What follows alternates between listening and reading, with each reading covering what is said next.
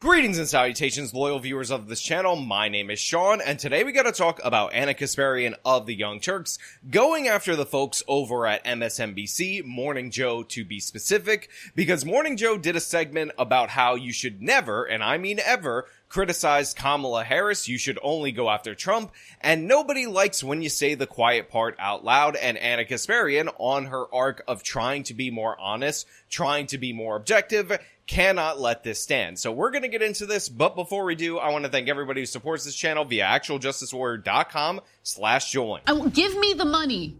Give me the money, okay? But there's a false equivalency going on in the coverage of this race. Their objectivity actually is not objective at all.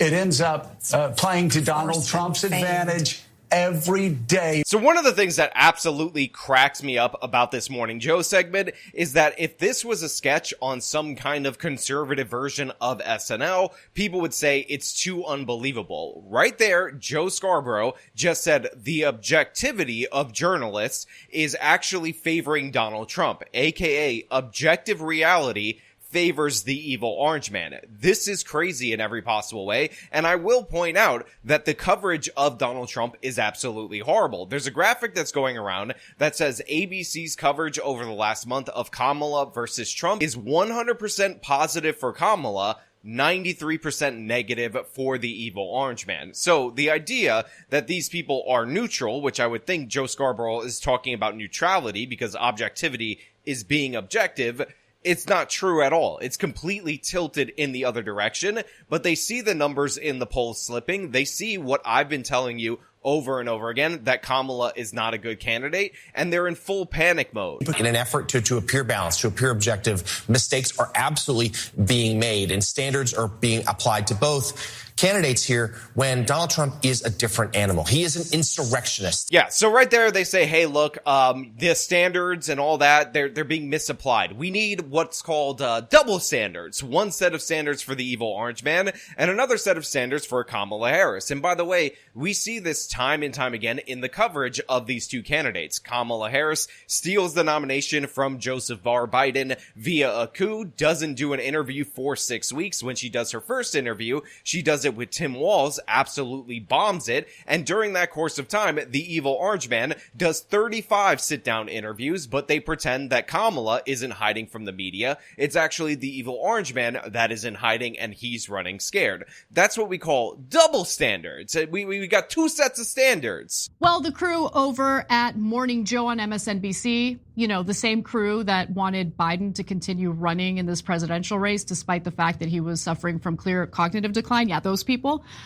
they're furious that journalists would have the audacity of ever reporting anything negative on the Democratic nominee, Kamala Harris. So listen, Ana Kasparian is coming down hard on the MSDNC crew, and I'm gonna give her credit for that. But there's a thing that she's just dead wrong about, and that is the idea that Joseph R. Biden shouldn't have stayed in the race. The fact of the matter is, Joey Biden is a better candidate than Kamala Harris, and recent polling that actually dropped today shows that Kamala Harris is actually at a lower point nationally than Joe Biden was when he dropped out of the race. According to a Marist poll, Harris is +1 in the popular vote, and Joe Biden on July 9th through July 10th is +2. So again, think about it. Joe Biden, horrible debate performance. A lot of different problems that are pissing off the American people in his presidency. And then the media turns on him. They start attacking him over and over and over again. They try to force him out of office, make him resign. Biden's fighting back,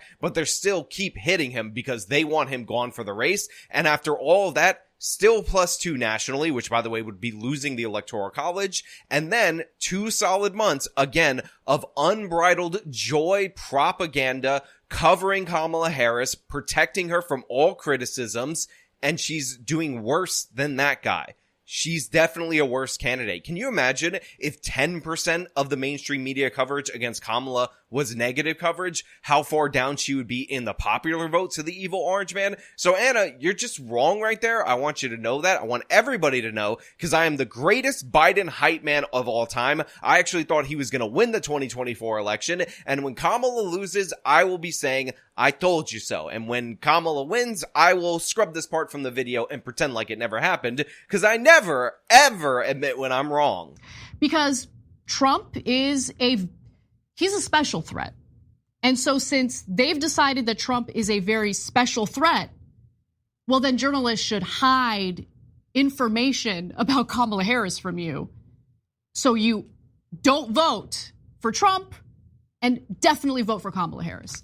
In other words, they want the media to manipulate you and do the exact opposite of journalism. Right here, Ana gives a good summation of what's going on, and you could tell this really bothers her. And part of the reason why this bothers her is because Ana, over the course of the past couple of years, has decided that she is going to move away from team sports in terms of politics. She wants to emphasize the truth, even when it disagrees with her. But also, I think that Ana understands that voting for a candidate just because they're not Trump essentially means that voters like her are never going to get the policies that they want. Because when you position your opposition as Hitler and you have to do anything except vote for Hitler in that particular scenario, that means you can run anyone. The most corrupt Democrat, the most corporatist Democrat, the most never going to actually live up to their promises Democrat. And Ana's not about that. She wants a Democratic candidate that's actually going to push for the change for the policies that she supports, not a Democratic candidate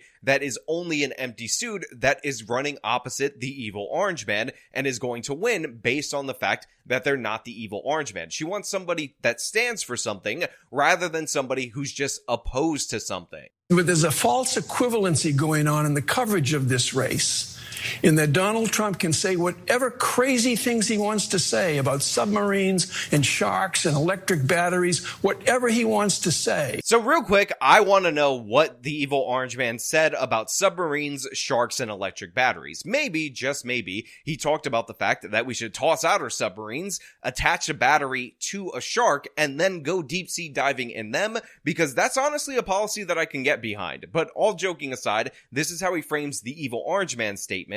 And get a load of what he's throwing out all these absurdities in order to contradict in the media, despite the fact that this is an absolutely crucial question, and on the substance matters way more to the American people than the orange man talking about submarines, sharks, and electric batteries. And it's not really covered in the sense that it's covered describing who said it, why he said it, and who the man is, Trump, out of his mind. And always in that story, in the equivalency, the false equivalency by too many reporters and too many American newspapers, there's also, by the way, Kamala Harris changed her mind on fracking. So first of all, this almost never happens. Negative hit pieces about the evil orange man almost never have a balance on Kamala Harris changing her position on a bunch of different various issues. In fact, typically what segments do when they talk about how Kamala wasn't releasing any policies, doesn't actually stand for anything, and is through her surrogates talking about how she's no longer in favor of this or that rather than committing to policies on her own, is that they deflect to the evil orange man. So just the opposite is true in terms of the mainstream media, and MSNBC is definitely a culprit of that. And by the way, I will point out, her position on fracking is way more crucial to the election than what Trump may or may not have said about sharks, submarines, and electric car batteries, because Pennsylvania is a key state for the Harris campaign, for the Trump campaign. They are reliant on natural gas. It's a major industry over there. So Kamala flip-flopping on fracking, but not really, because she said she never changed her mind, and her last stated position on it was that she would ban fracking, absolutely. There's no question I'm in favor of banning fracking. So, yeah, and starting with what we can do on day one around public lands, right? And then there has to be legislation. But yes, and this is something I've taken on in California. I have a history of working on this issue. And to your point, we have to just acknowledge that the residual impact of fracking is enormous in terms of the impact on the health and safety of communities. And when she says, in the 2020 vice presidential debate, she made her position clear that Joe Biden will not ban fracking. That is a fact. That is a fact. When she actually said Joe Biden's position was that he won't ban fracking, means that yes, 100%, it is still an open question what her public position on this particular issue is actually going to be. They always throw in something like that in coverage of the story. It's ridiculous. We don't cover the man for how dangerous he is. I mean, again, absolute madness. They always talk about the evil orange man as a threat to democracy. He's going to take over the government, authoritarian, Cheeto Hitler, orange man Hitler, evil orange man, over and over and over again. The idea that they're downplaying this in any way, shape, or form, and then pressing Kamala Harris on policy, absurd. When has that ever happened? She doesn't take questions from the press. The answer is obviously that doesn't happen. The media is pretending she's not even the border czar and all these other crazy things. There was actually an article, no joke, that said that J.D. Vance was trying to inappropriately tether her to Biden, even though the Biden administration ticket was the Biden-Harris ticket, aka Kamala Harris. That is how they run defense for her. So what they're talking about must be from Earth 2 or something like that, because it's never happened in this universe. You don't cover the man for how dangerous he is? I don't know. I don't know what country I'm living in, but I feel like we get wall-to-wall coverage about Trump being a danger to this country. It is incessant.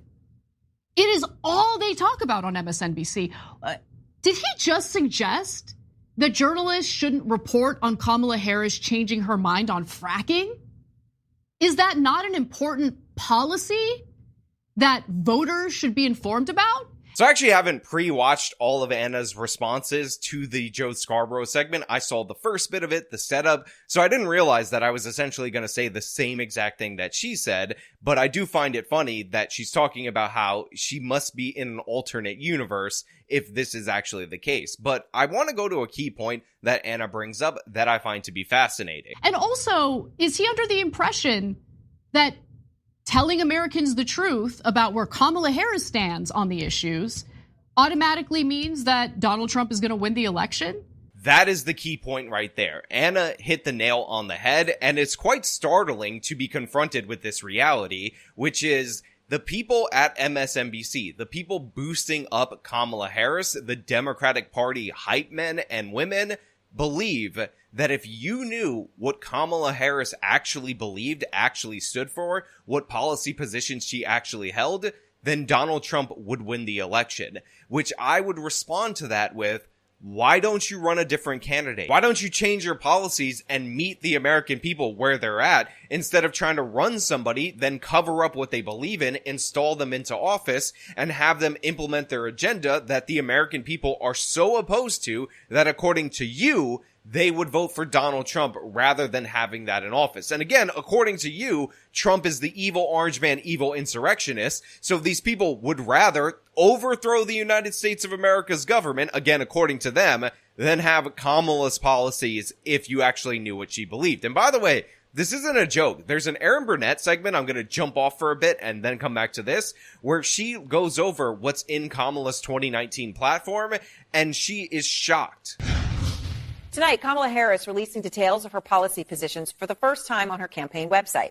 A K-file investigation has uncovered, meantime, a 2019 questionnaire. And in this questionnaire, Harris laid out some much more liberal stances, among them on immigration. So in 2019, in what K-file found, she said she would cut funding to ICE, writing, quote, "Our immigrant detention system is out of control, and I believe we must end the unfair incarceration of thousands of individuals, families, and children. I was one of the first senators after President Trump was elected to advocate for a decrease in funding to ICE." She said on immigration, she made this open-ended pledge to end immigrant detention. She said she supported taxpayer-funded gender transition surgeries for detained migrants. She also said she supported taxpayer-funded gender transition surgeries for detained migrants. She actually said she supported that. She both wrote and answered in the affirmative when she was asked this. And she said she also supported it for federal prisoners. Now, she also pledged to slash immigration detention by 50%, close all family and private facilities, and decrease funding for ICE, and then to end ICE detainers with local law enforcement. Yeah, Kamala Harris was in favor in 2019 of transgender surgeries paid for by the government And by the way, those minors were illegal immigrants. I mean, these are things that, you know, it would be hard to think that you would come up with taxpayer funding gender transitions for detained migrants. And yet this, as you say, written and verbally. You know, what else, you know, did you find? Amazing. This is what these people actually think that their base, the Democratic Party base, wants in terms of policy. This is what she put on her platform. And by the way, it's pretty obvious why she had to drop out a month before the Democratic primary. When I started my career, when I started working at TYT back in 2007, there really wasn't like left-wing media. There was like Fox News, and the right-wing media infrastructure was kind of being built. And I prided myself and the left wing on the fact that we didn't try to manipulate audiences, and we didn't try to lie to people or cover up the truth about our preferred candidates or preferred politicians. We didn't want to stoop low and do what the right wing was doing. So I'm going to say two things. One, I do in large part disagree with Ana about there not being left wing or Democratic Party media when she came into existence. Obviously, most of the media was on the side of the Democratic Party. I believe she started at TYT in and around 2006, 2007. I don't remember exactly. It's not a big deal. It's not that important. And this was the lead up to the worship campaign of Barack Obama. But in Ana Kasparian's defense, just prior to that time period, MSNBC was not what we see it as today. MSNBC was actually trying to copy the business model of Fox News. They were trying to be Fox News Light. And you'll remember this because a bunch of different MSNBC hosts said that they were actually fired from the network and given golden handcuffs in order to stop them from going on air and talking about how they were against the Iraq war. So at that point in time, there were not these progressive type outlets, and TYT was different from even the liberal regular media. And again, this also did follow a time period of post 9/11 George Bush, where the country was kind of all united and united on issues back in 2003, like the Iraq war. So while I do disagree with her overall take, I will say it was more true at that narrow period of time than ever before that there wasn't this streak of progressive people on the internet.com. But now you run into these people every day. All these people have their outlets. Then there's all the streamers that are always trying to become more leftist, more crazy, more radical than the people who have established outlets. So yeah, it's definitely different. But what she's hitting on right here is the fact that she doesn't want to be, when she came up, someone who deliberately obfuscated facts in their reporting. And now we're in this awful era of conditioning audiences and readers to expect journalists to cheerlead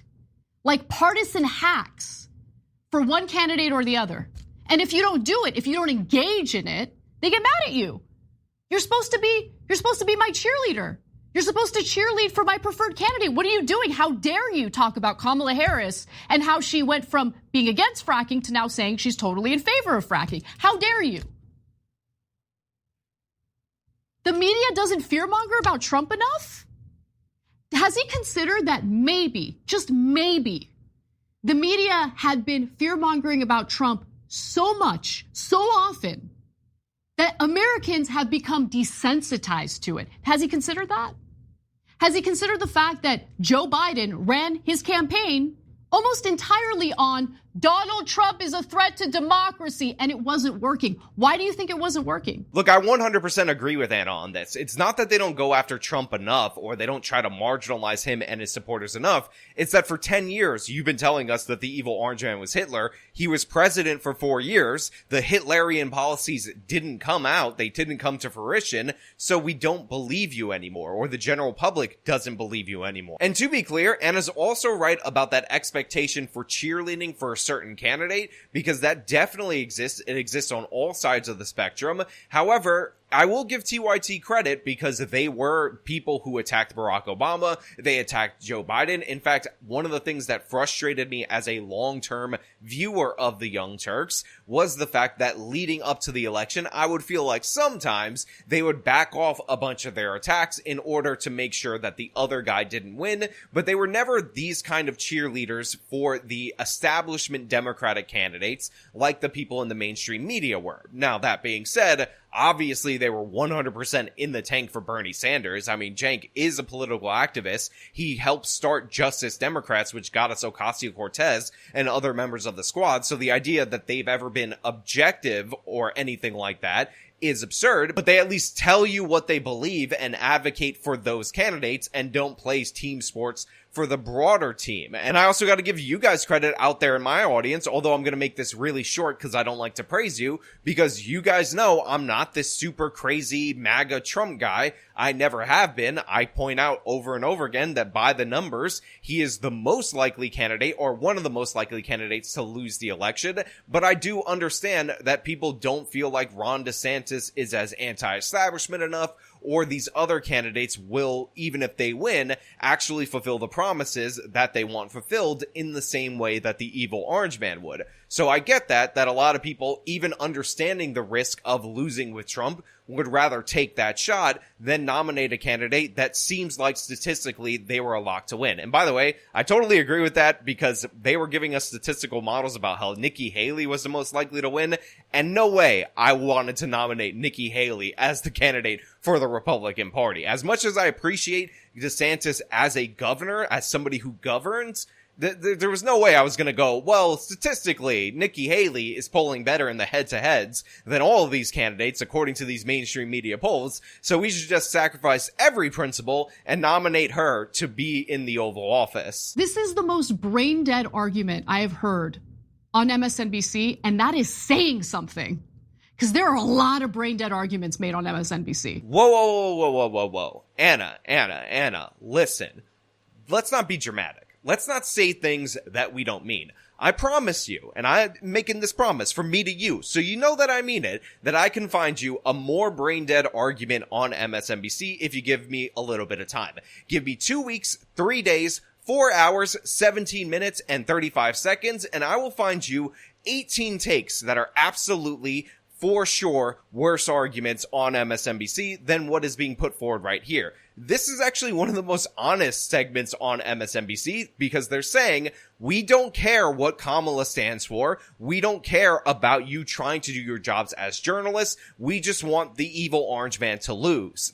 Pretty honest right here, honestly, and pretty straightforward. So let's not get out of hand. Let's not get out of pocket, all right? What are we, 9 years in to Donald Trump's era in American politics, still doesn't know how to cover Donald Trump? Their objectivity actually is not objective at all. It ends up playing to Donald Trump's advantage. Don't be objective because it plays to Donald Trump's advantage. Why? Because journalists want to answer a question about how Kamala Harris would handle Afghanistan, what her views on Afghanistan happen to be. Do the American voters have the right to know where Kamala Harris stands on those issues? Or should we be kept in the dark because Trump bad? Trump bad. That's what Joe Scarborough wants. He wants journalists to line up and say in unison over and over again, Trump bad. Because that's been real effective, right? Okay, so like I said in the open, I did not pre-watch this video all the way through. I wanted to give you guys at least a partial first reaction, first look, and whatnot to what Ana Kasparian is going to deliver. And I am not going to lie, the Trump bad thing. Trump bad. Trump bad. Trump bad. It has me cracking up. A plus work, Miss Kasparian. I truly appreciate it. Thank you. Again, from me to you, thank you. I really, really do. And by the way, there is a less than 0% chance that will be an ongoing clip on this channel going forward. So you're all going to have to deal with it. Listen, he wants to be a cheerleader for one side. That's great. Go be a cheerleader for one side. But don't sit there on your boring ass morning show where you tried to gaslight the American public about Biden's mental health and pass judgment on people who are trying to get Kamala Harris to answer questions on something amazing, policy, where she stands on policy. Because there are voters out there, believe it or not, who aren't partisan hacks. Those are the individuals who actually end up deciding elections. And they want to know where Kamala Harris stands on policy. All right, so now's the time that we got to get really serious. Now's the time that we really got to break things down, and we really have to assess what's going on right here. Because I believe, and look, I'm not saying anything because maybe there are other people who do the thing that Ana just did, but she stole that from me. That was stolen from me. I do that when I'm like, collard greens for Kamala Harris, and Ana just stole the bit, inserted the word policy. On something amazing, policy. Where she stands on policy. Which I don't think is fair, honestly. I'm gonna be dead serious with it. I'm gonna have to write an angry letter. I'm gonna work on it right after this video and say, hey, look, if you're gonna do that, you gotta give us at least one collard greens in that voice. Then the bit is yours. Then you can have it. I will retire the bit because I'm not fair like that. But I mean, come on. I noticed it earlier. On something amazing, policy.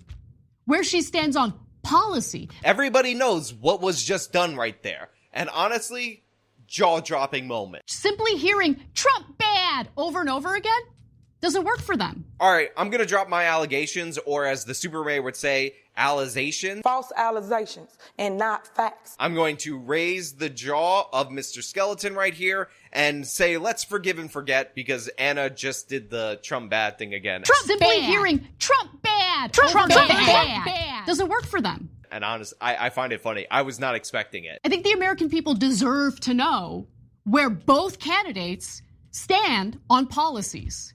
Don't insult the intelligence of voters.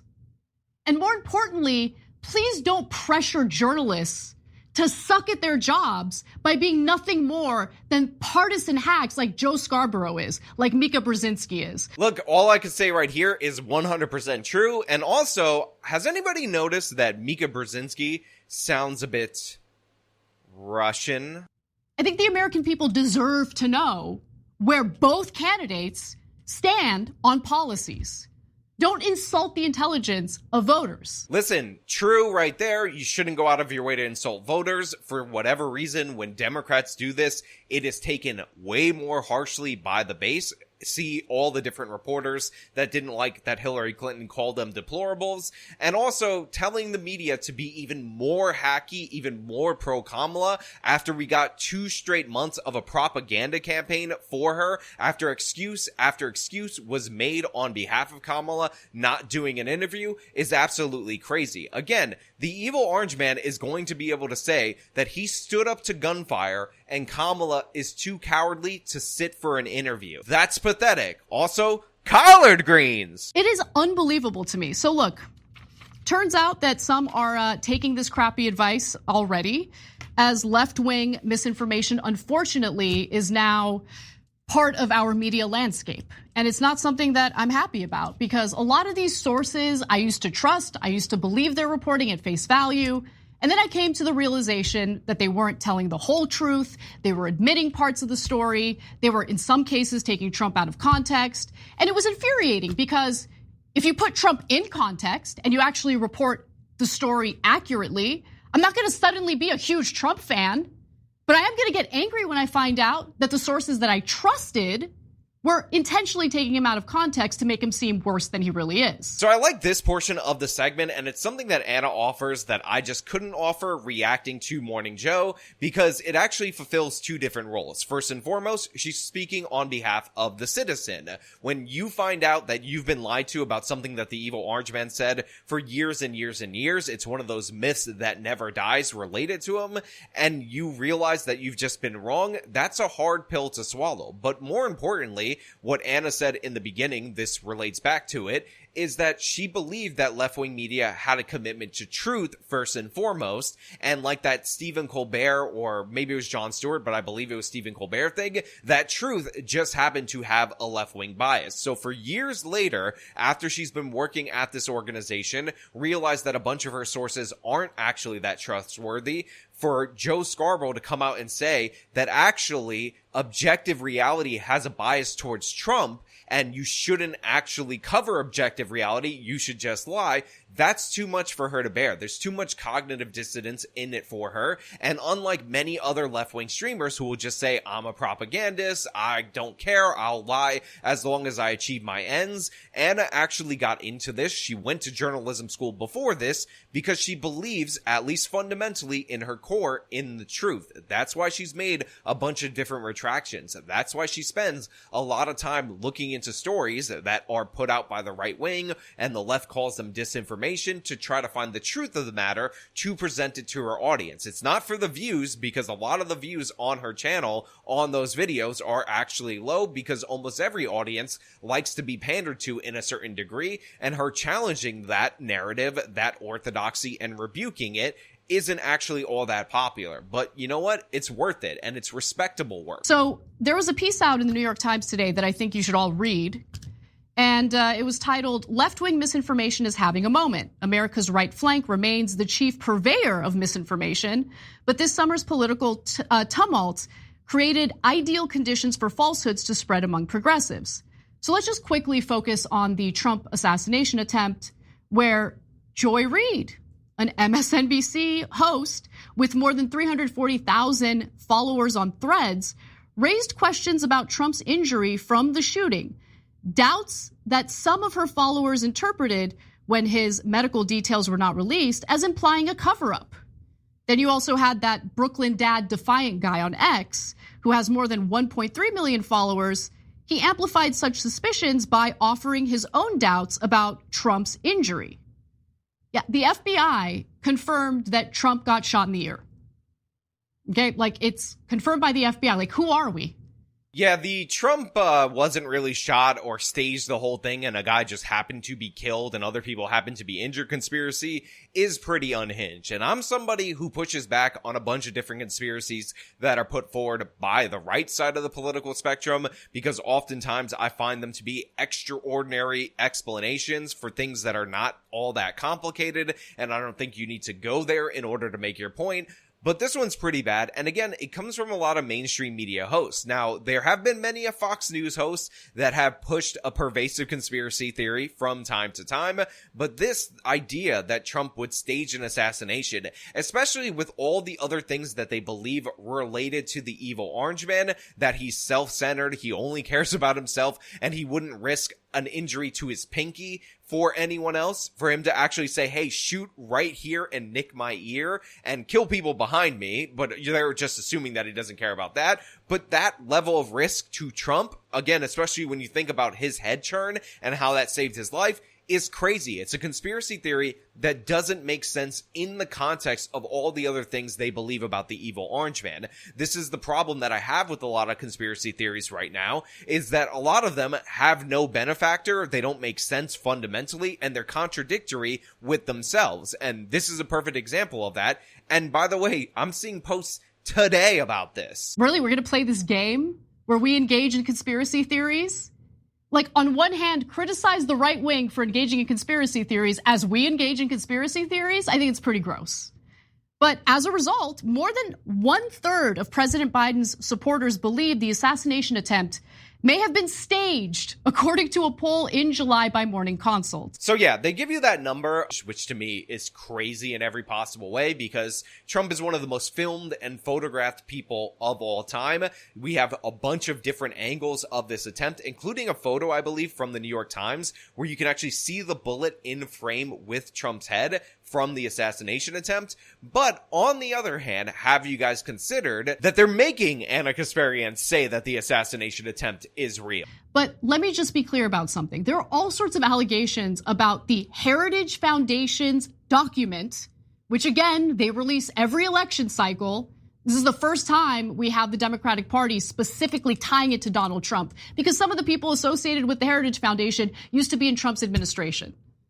Okay, does that mean that Trump is, you think Trump respects anyone who was in his administration? But okay, let's talk about the specific allegations that we've heard about what's in Project 2025, which is a 900-page document. Honestly, I did not expect Ana to go in this direction where she starts going over Project 2025 and state the obvious that the Heritage Foundation has been releasing these policy papers over and over again, consistently every single election cycle. And the idea that some people from a Republican administration would go to the Heritage Foundation is not proof positive that this is connected to Trump, because people always bounce from political administrations to corporations to think tanks, all of the above, in order to cash out and make money.